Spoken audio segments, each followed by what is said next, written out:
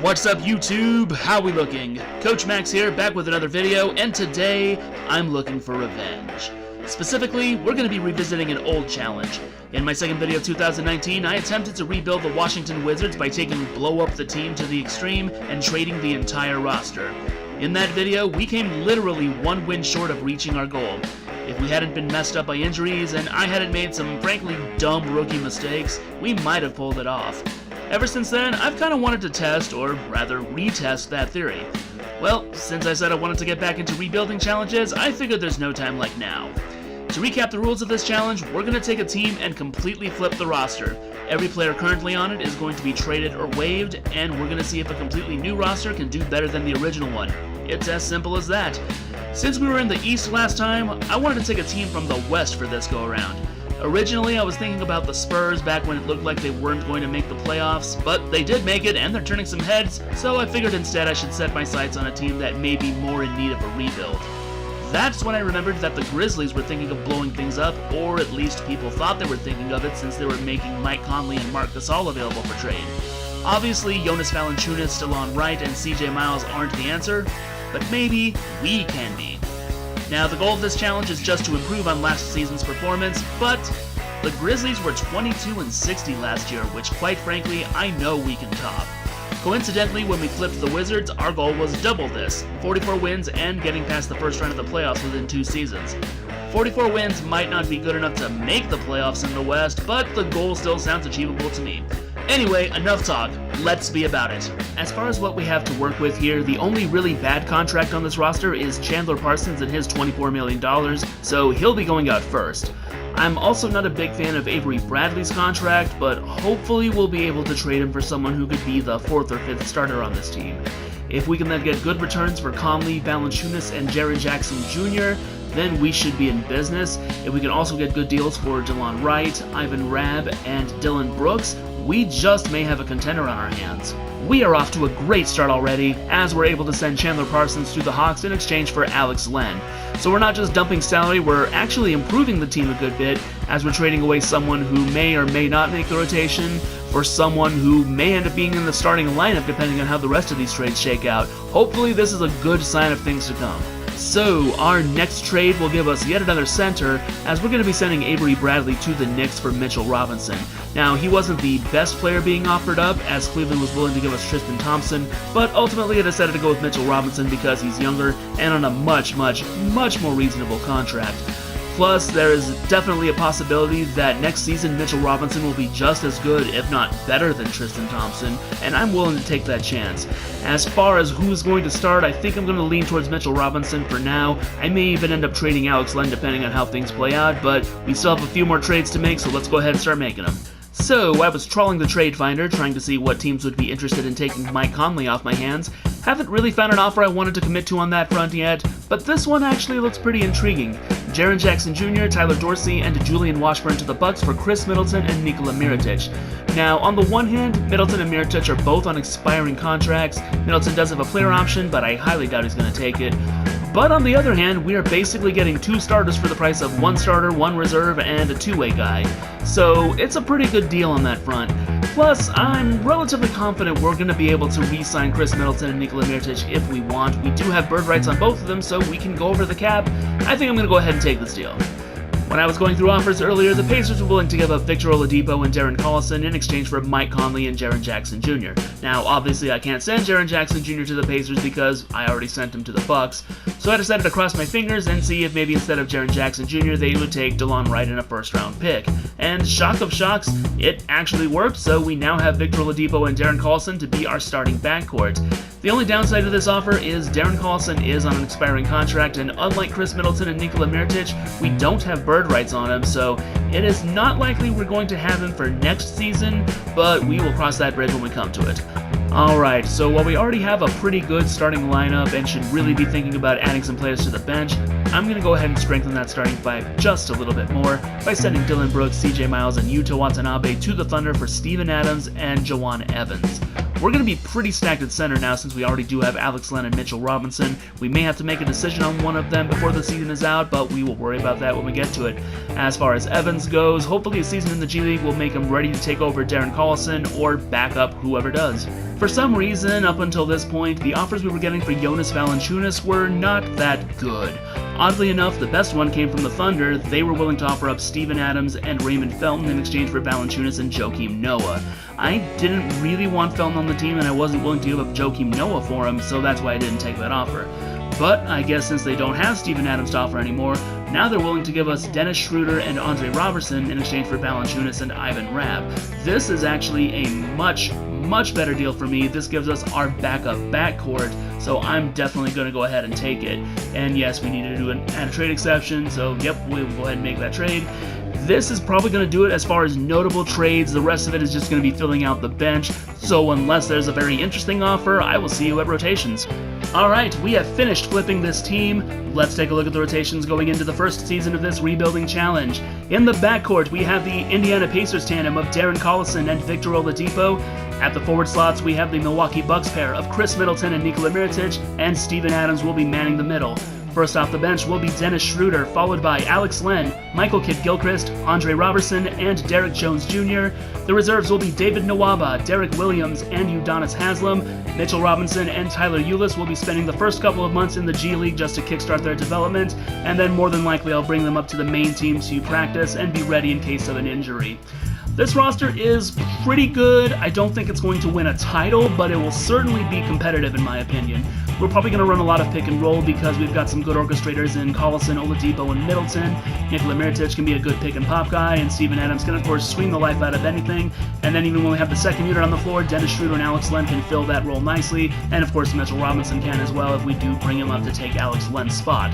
Speaking of that, I do want to keep all three centers on the roster as long as possible, just because I have this crazy notion that Steven Adams or Alex Len are going to get injured and miss a significant amount of time at some point, so I want Mitchell Robinson to be there and be ready in case that happens. But if not, I may end up looking to trade one of them at the deadline for a better backup forward. I'm not super happy with Derrick Jones Jr. in that slot, but he may end up surprising me, who knows. Normally at this point I'd be showing off what our team chemistry is, but we have 15 brand new guys on the squad, so of course it's going to be 0. Anyway, the plan is to sim through December 15th. That is the first day when Alex Len, Mitchell Robinson, and most of the rest of this team will be available for trade. I'm not really going to make any moves until closer to the trade deadline, but I want to start getting an idea of what the market is going to be like. See if maybe there is a backup forward that another team is going to get rid of that might help us. But we'll worry about that when we get to it. My main concern is getting some wins and getting that chemistry up so we can get more wins later. Nothing left for it but to see how we do, so ready? Break! And we take a very close loss to the Pacers. We already get our first trade that I'm totally not going to take. We do get a win against the Hawks, and we are moving along just fine so far. Get another win, another trade I'm not going to take. I don't know why Mitchell Robinson is being available for trade. This is something weird with 2K, even though the rules say a recently traded player can't be traded again for 60 days. For some players, and only some players, I don't know what the deal is, that doesn't really work. You can actually trade them again. There were actually a lot of trades that I had before that I couldn't take because they were saying, oh, we'll take Alex Len off your hands. I just traded for him. We'll take Mitchell Robinson off your hands. I just traded for him. So we're probably going to be clearing a lot of these notices at first, just because a lot of teams are going to want to try and get Mitchell Robinson off of our hands because he's not playing. And of course we have our first injury. Thankfully it is not bad. We're leaving the rotation as it is. We're just going to play through it. See, another trade for Alex Len, someone else we recently traded for. We're not taking it. So far, and okay, now we've got our first injury that someone is going to be out for. This is not a good sign. So I will see you at December 15th if there's anything interesting there. If not, we'll go ahead and skip to the All-Star Draft as we usually do. We are at December 15th, and this is pretty much the best offer we're getting for either Alex Len or Mitchell Robinson. Honestly though, if Richaun Holmes wasn't on an expiring deal, I'd be tempted to take it. I'd move him down to power forward, move Michael Kidd-Gilchrist down to small forward, and that would give our backup front court a little bit more strength. But I'd much rather have Alex Len and Mitchell Robinson under contract so I can possibly do something with them in the offseason if I still have them both on the roster at that point. More importantly though, we are 20-9, which is better than I thought we'd be at this point. We went on a 12-game winning streak in November. hopefully we can keep that momentum going. It might be difficult, as right now we don't have Dennis Schroeder. He broke his hand near the end of November and will still be out for about another week. We're going to go to January 15th, which is when we should be able to trade Derek Williams and Udonis Haslem and see what kind of offers we may get there. Oh boy. I knew it was too good to be true. We were doing so good, and then we get to January 14th, and this happens. Victor Oladipo will be out for close to 2 months with a severe right ankle sprain. So in the middle of the season, we're going to be without our best player until probably the middle of March. That is not something I am looking forward to. Hopefully we've got enough good momentum that we're not going to be derailed too badly, but I'm going to be keeping my fingers crossed that we don't have something else happen, or that Victor Oladipo gets his prognosis updated. I don't know. Let me figure out how I'm going to deal with this, and I'll see you at the All-Star draft, I guess. As far as the All-Star selections, not really anything out of the ordinary other than Mike Conley making it. Always good to see. What is kind of out of the ordinary is our record. We are 35-19 going into the beginning of February, which I didn't think we were going to hang in there. And I'm going to show you why in just a moment. Because, as you can see, Victor Oladipo is still injured and still expected to be out for a month and a half, so probably not getting him back in the month of February. But on top of that, we also lost Dennis Schroeder. He pulled a lower back muscle. Originally, it looked like he was going to be out until March as well, but we may actually get him back before the end of the month, which will be very useful. We actually have called up Jawan Evans to basically fill the hole at point guard, because right now, yeah, the roster's not looking good as far as the backcourt goes, but hopefully Schroeder will recover in time before his days are up, and yeah, there's not really that much to say. We're doing good. I don't think I'm going to upset the apple cart after all in terms of trading Alex Len or Mitchell Robinson. Let's actually see where we are as far as the standing goes. We are the 3rd seed going in there, and we've got a pretty comfortable thing. Being right below the Warriors and the Rockets is not a bad position to be in, let me tell you. Alright, so unless something else interesting happens, we're going to go to the end of the season. Okay, so there was one interesting thing to show off. While we didn't have any All-Stars or anybody in the Rising Stars Challenge, we did have Derek Jones Jr. in the dunk contest, and he managed to win it, so there is a little bit of glory to the Grizzlies at least. Alright, let's keep moving. Alright, we made it through to the end of the season without too much incident.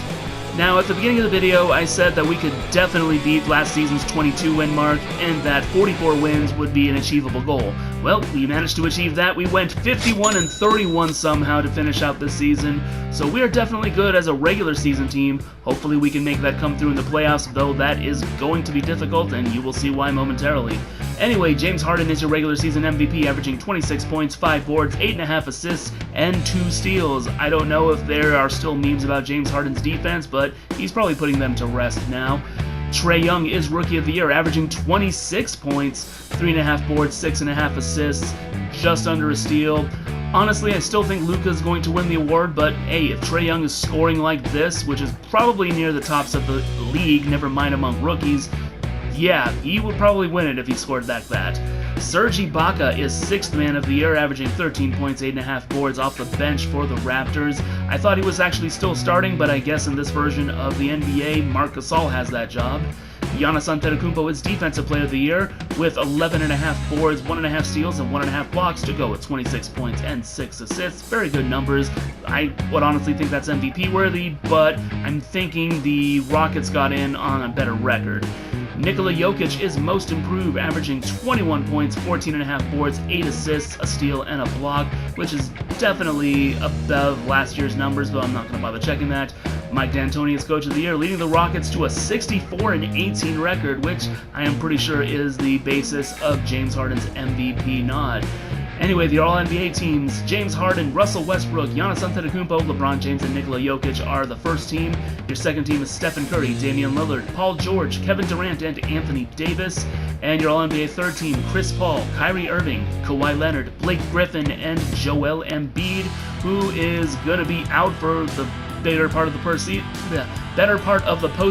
Yeah, I can actually talk. So hopefully that is not going to affect things too much for the 76ers. Your all-defensive first team, Russell Westbrook, John Wall, almost said John Paul there, Giannis Antetokounmpo, Kawhi Leonard, and Anthony Davis. And your all-defensive second team, Drew Holiday, DeJounte Murray, Draymond Green, Paul George, and Rudy Gobert. Your all-rookie first team, Trae Young, Luka Doncic, Marvin Bagley III, DeAndre Ayton, and Colin Sexton. And your all-rookie second team, Shai Gilgeous-Alexander, Jaren Jackson Jr., Wendell Carter Jr., Jalen Brunson, and Mo Bamba. Alright, so as I said, we are the third seed, but that means we have to go up against the Thunder in the first round, which is not a matchup I am looking forward to very much. And then we have to deal with the Spurs or the Warriors in the second round. So if we do make it past the first round, we do win the challenge, but I don't think we're going to be getting much further than that. Over on the other sides of the bracket, as it were, Houston and LA square off, so it's going to be James Harden versus LeBron James, and it's going to be the Blazers versus the Nuggets. I actually have my money on the Nuggets to upset for this one. So over on the East, Philadelphia is the first seed, but they do have an injury to Joel Embiid, so who knows, the Nets might upset. The Pistons actually are the fourth seed going up against the Raptors who fall all the way to 5. Boston and Washington, a very familiar matchup at 3 and 6, and Milwaukee versus Indiana at 2 and 7. So this is going to be a very interesting race, mostly on the East, but we're not going to worry about that. We are going to worry about how we're going to do in this playoff race. So give me one moment while I readjust my lineup, and we will get this show underway. Alright, so I've learned my lesson from last time. Not simulating everything with Simcast, it just takes too long. One thing I haven't learned is I did tinker with the game plan a little bit, since the Thunder is not exactly a shooting team, so hopefully I made good adjustments. I guess we're about to find out. Game 1 is ours, so we'll take it, even though we only won by 3 points. Game 2 is probably going to go to the Thunder, and I'm right, they blow us out by 15 points. Hopefully we can come back at Game 3. Victor Oladipo is healed from an injury I didn't show, so let's just leave the rotation as it is. OKC gets the next game. Not looking good, not looking good. Simulate the next game, and alright, we've evened it up 2 and 2. Let's keep our fingers crossed. OKC takes game 5. I'm not liking my odds, but I'm glad we did take 2 games at the very least. We've made it a game 7. Okay, so this one I am going to simcast because it's a game 7 and that is important. So let's take it on, and winner of this has to face Golden State, so we'll see how it goes. I'm okay with this game plan. Let's cross our fingers, everybody. Simulating. And it's back and forth, slowing it down. I think we actually did it, but I don't want to celebrate just yet.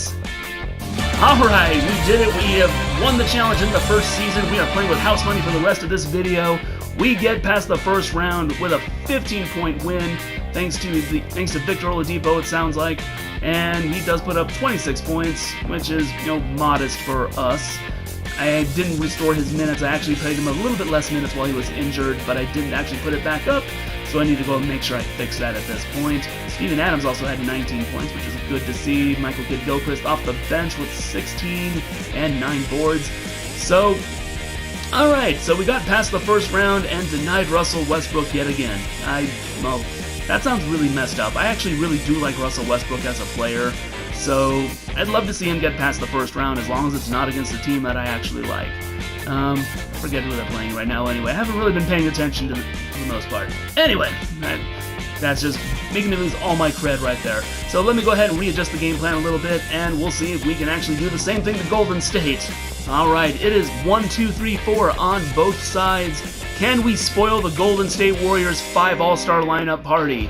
Here we go. Game 1 is actually a lot closer than I thought it was going to be, but they take it.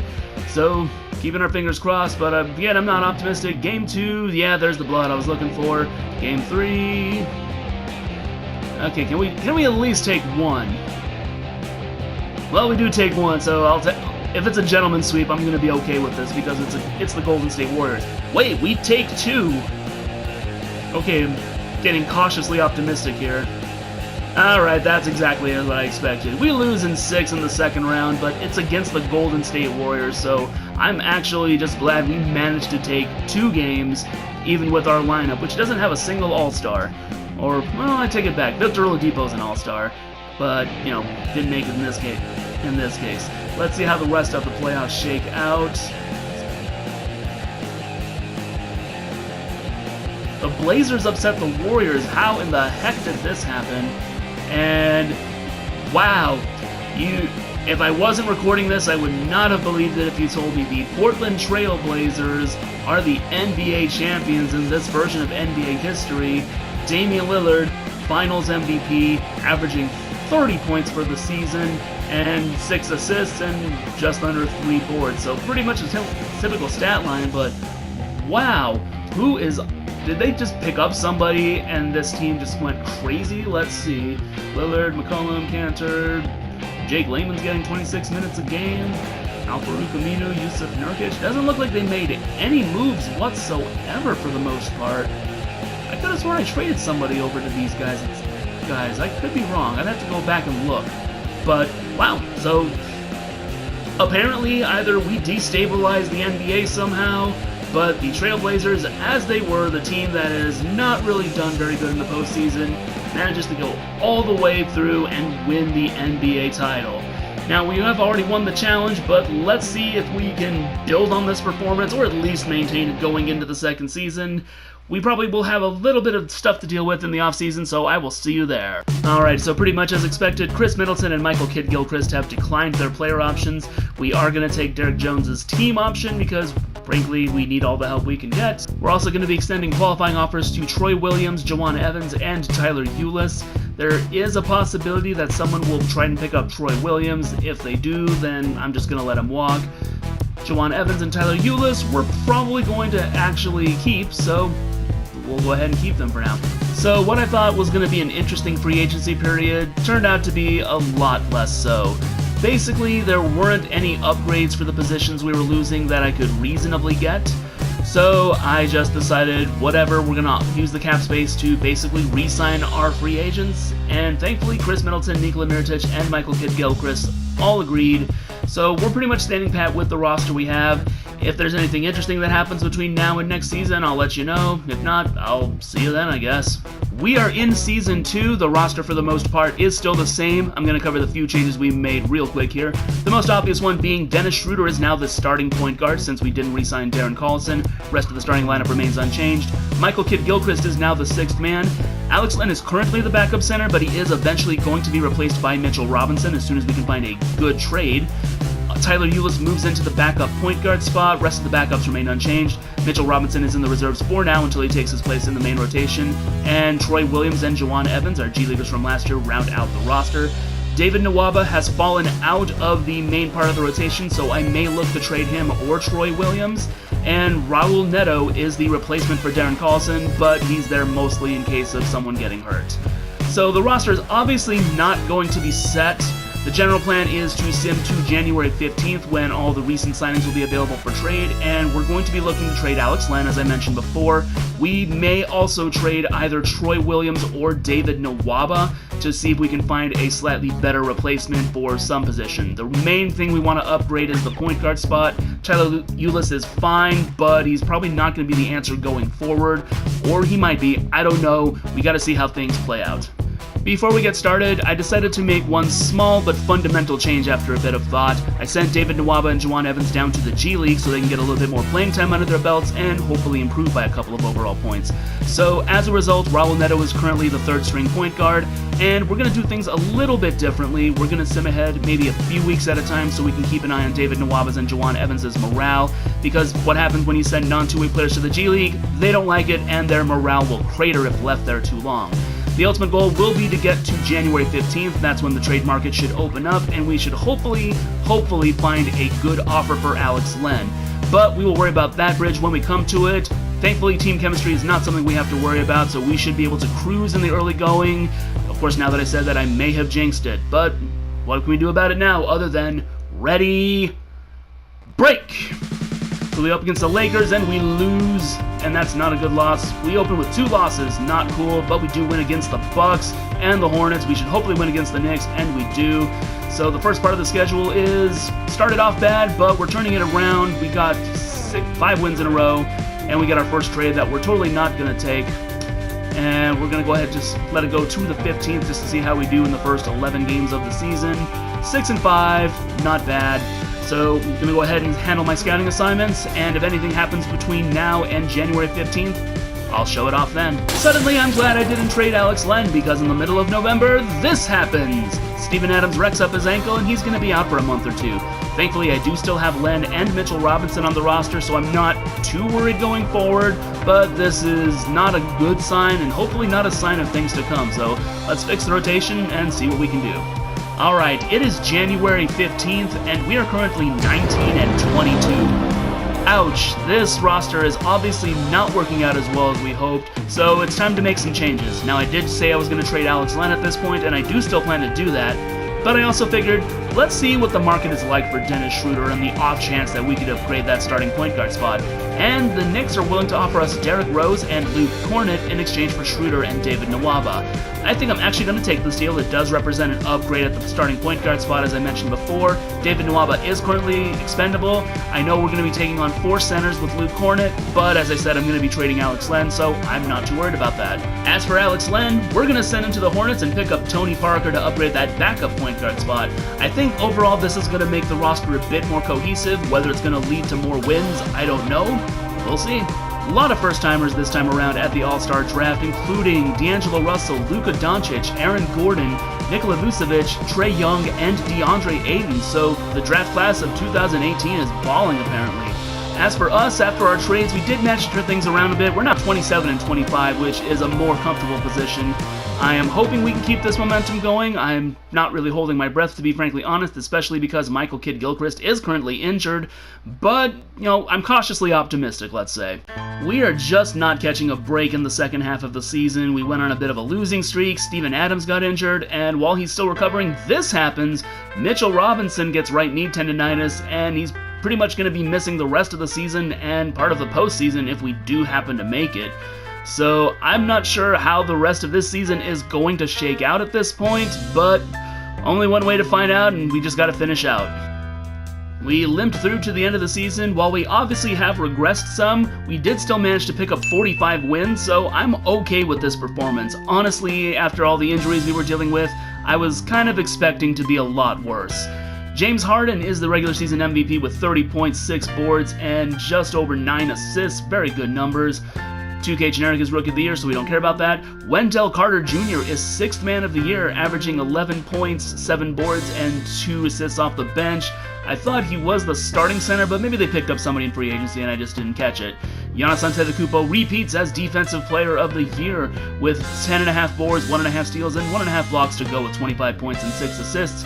Tyreek Evans wins Most Improved with 15.5 points, 3 boards, and 3 assists. I thought he did better the previous season. Let's actually check on that because I'm kind of curious. So I know those aren't the best numbers of his career.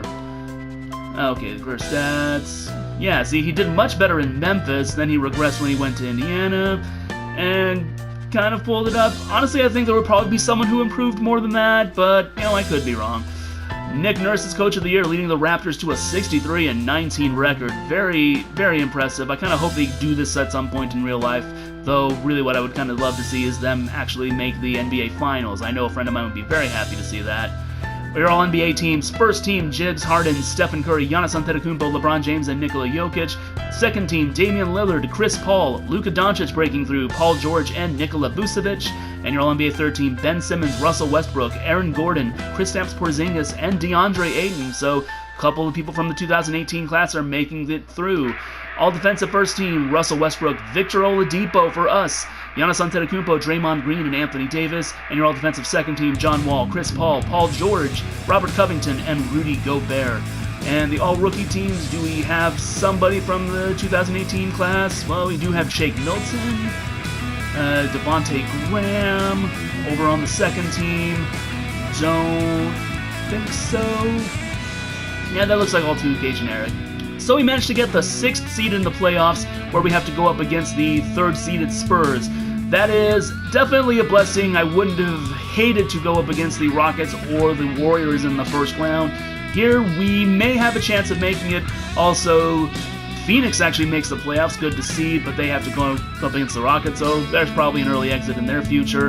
And it's going to be Nuggets versus Clippers to round things out. Over in the East, it kind of looks like business as usual, with the exception of Orlando versus Atlanta at 4 and 5. Cleveland somehow breaks through to make the sixth seed, and we get Philadelphia versus Boston, a potential finals matchup last year in the first round. So I'm going to go ahead and check my rotations, make sure nothing is out of place, and then we will get this underway, see if we can make it to the second round once again. So I'm trying something different against the Spurs that is either going to work really well or blow up in my face titanically. I've given Michael Kidd-Gilchrist the starting nod over Nikola Mirotic. That way we have a little bit more defense in the starting lineup against DeMar DeRozan. I've also increased Andre Robertson's minutes to hopefully have a little bit more of an advantage against Derek White and Bryn Forbes. Again, I'm not sure this is going to work, but hey, this is why we do things like this, we try things. Plus, we already won the challenge, so I'm not too worried if we don't make it past the first round, and this might be useful information for some other challenge down the line, maybe. Alright, time to see if this crazy plan actually works, and it does not. We get completely destroyed in the first game, 128 to 87. Okay, so I did say this was probably going to blow up in my face titanically, and we may be seeing the beginnings of that. Bruh. Let's see if the same thing happens in Game 2. Derek Jones Jr. poked in the eye. We're leaving the rotation as is. We've got to proceed. No! Another blowout. Okay, so changing the rules. This is definitely not working. Hang on one moment. All right, now I'm hoping we can just take a game. Injury pop-up being very hilarious. We do not take a game. It's another blowout. So it looks like we're probably not making it past the first round. We're probably going to get blown out yet again. Denied. And the Spurs do win the series in 4 games. We get swept. What was the final score? Hey, at least it wasn't a blowout. We only lost by 7. Nikola Mirotic was the leading scorer for us in the last game. Victor Oladipo didn't really have a very good game. So, yeah, I was kind of honestly predicting this. I didn't figure we were going to actually, make it past the first round. I definitely knew we weren't going to make it to the finals. We were just not really good enough to be competitive, if we're being completely honest, especially in the Western Conference. Let's simulate the rest of the playoffs and see how things shake up. The series does look good. It looks like the Warriors are actually about to lose, but they turn it around, and the Suns actually beat the Rockets, which, that's never going to happen, ever, probably.